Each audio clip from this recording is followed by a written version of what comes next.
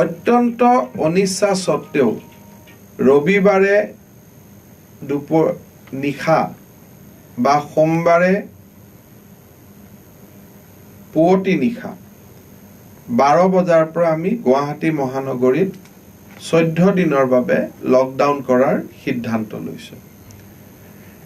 এই সিদ্ধান্তই বহু মানুহক দুখ কষ্ট দিব, জীৱনৰ অৰ্থনৈতিক জীৱনত ক্ষতিগ্ৰস্ত কৰিব, কিন্তু আমি আমাৰ দায়িত্ব যেতিয়ালৈকে পালন কৰিব নোৱাৰিম তেতিয়ালৈকে চৰকাৰে মানুহৰ জীৱন ৰক্ষাৰ কাৰণে we have to take certain tough decision, but decisions are painful. ই বেদনাদায়ক, দুখজনক, বহুত মানুহৰ অৰ্থনৈতিক ক্ষতিগ্ৰস্ত হ'ব, but with lots of pain. আমি ভবা নাছিলো যে আনলকৰ পৰা আমি লকডাউনলৈকে যাব লাগিব, বাট মই মনত গভীৰ দুখ আৰু বেদনাৰে সৈতে অনিচ্ছা সত্ত্বেও ক'ব বাধ্য হৈছো যে আমাৰ হাতত কোনো অপচন নাছিলে, আৰু সেই কাৰণে ৰবিবাৰে ৰাতি 12 বজাৰ পৰা 14 দিনলৈকে 14 নিশা আৰু দিন আৰু নিশা মিলি up to 12 August, no? So 14 days আমাৰ লকডাউন গুৱাহাটী মহানগৰী, আৰু এক প্ৰকাৰ মহানগৰী বুলি কওঁতে GMC এৰিয়া বুজায়, within the jurisdiction of Kamrup metro', entire Kamrup metro' ডিষ্ট্ৰিক্টত 12 জুলাইলৈকে লকডাউন ঘোষণা কৰা হৈছে। মই ৰাইজক আহ্বান জনাম যে আজি, কালি আৰু পৰহি 3টা দিন মহানগৰীখন খোলা থাকিব। অত্যাৱশ্যকীয় সামগ্ৰী আমি সংগ্ৰহ কৰি ল'ব লাগে, কাৰণ এইবাৰ লকডাউনৰ সময়ছোৱাত শাক পাচলি, মাছ মাংস, আনকি গেলামালৰ দোকানো খোলা নাথাকিব। এক্সেপ্ট ফাৰ্মাচী, লেবৰেটৰী আৰু হস্পিটালক বাদ দি nothing will be open. It will be strict lockdown. আৰু মই আপোনালোকক কৈ দিছো যে movement of all individuals shall be remain strictly prohibited in the specified area. Specified area মানে নিজৰ ঘৰখনৰ আশে-পাশে, nothing beyond that. মানুহ ওলাই নাহিব। It will be almost like a curfew. অকল ঘৰখনৰ কাষত আহিব পাৰিব আৰু ক'ত আহিব পাৰিব আমি কম। All government offices of autonomous subordinate offices and private offices will remain closed. All business, commercial establishments, shops, trade activities shall remain closed.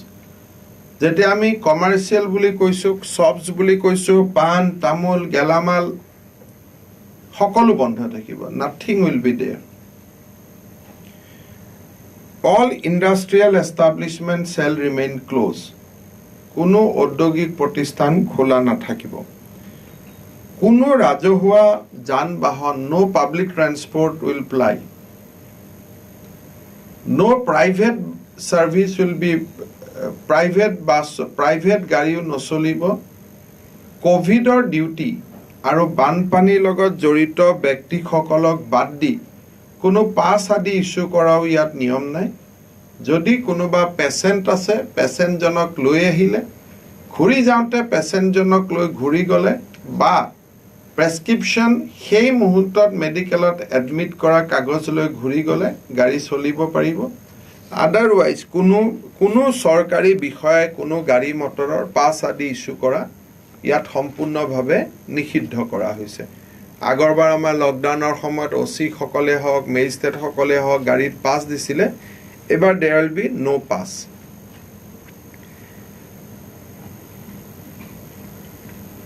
Hospitality service, education, মঠ মন্দিৰ সকলো বন্ধ থাকিব। মঠ মন্দিৰ, মছজিদ, গীৰ্জা সকলো বন্ধ থাকিব। All social, political, sports, entertainment, cultural, religious function সব বন্ধ থাকিব। 20 জনতকৈ বেছি মানুহৰ শৱদেহ সৎকাৰৰ বাবেও 20 জনতকৈ বেছি মানুহ শ্মশানত যাব নোৱাৰিব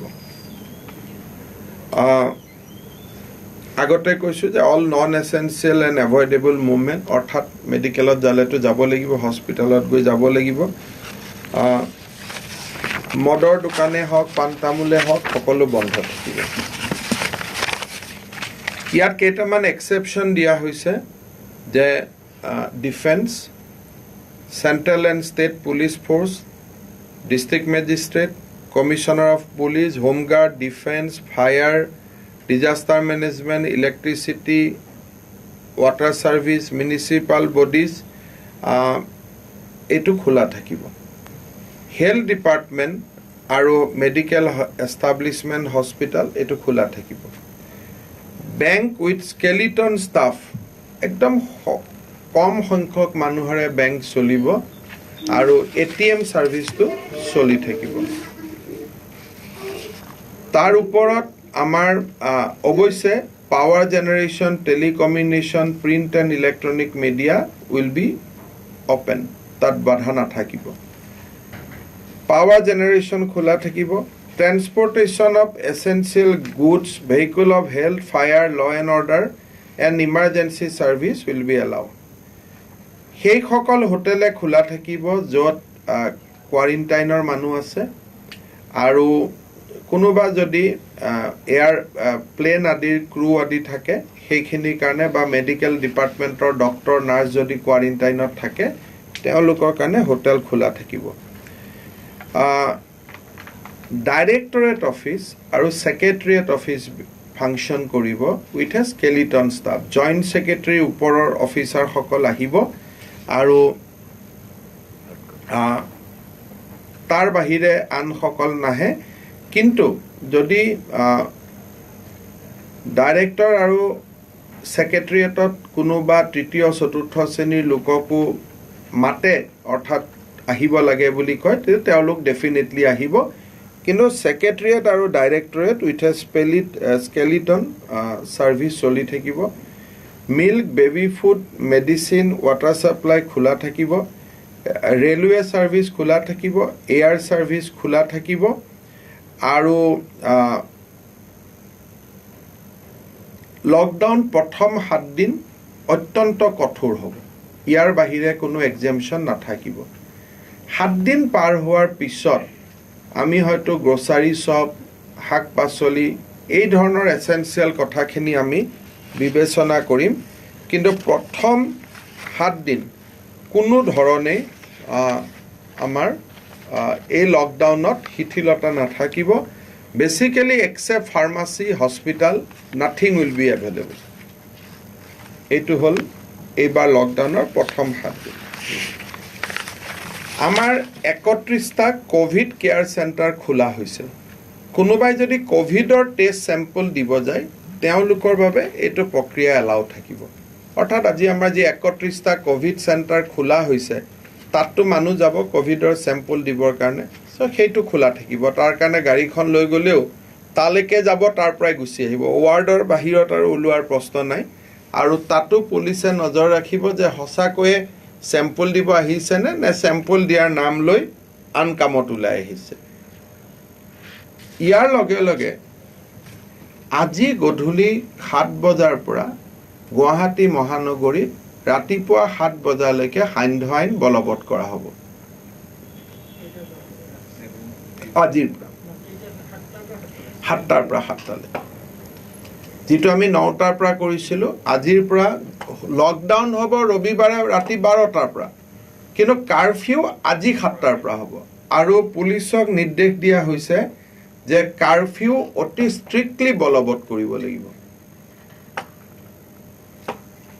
আজি 7টাৰ পৰা কাৰফিউ আৰম্ভ হ'ব ৰাতিপুৱা 7টালৈকে তাৰ পিছত আকৌ দিনটো মানুহে বজাৰ সমাৰ কৰিব পৰখিও কৰিব তাৰ পিছত 7 দিন এটো চলিব এই কাৰফিউটো সমগ্ৰ অসমতে বলবৎ হ'ব আজিৰ পৰা অকল গুৱাহাটী নহয় সমগ্ৰ অসমতে ৰাতি 7 বজাৰ পৰা অহাকালি ৰাতিপুৱা 7 বজালৈকে কাৰফিউ হ'ব সদায় হ'ব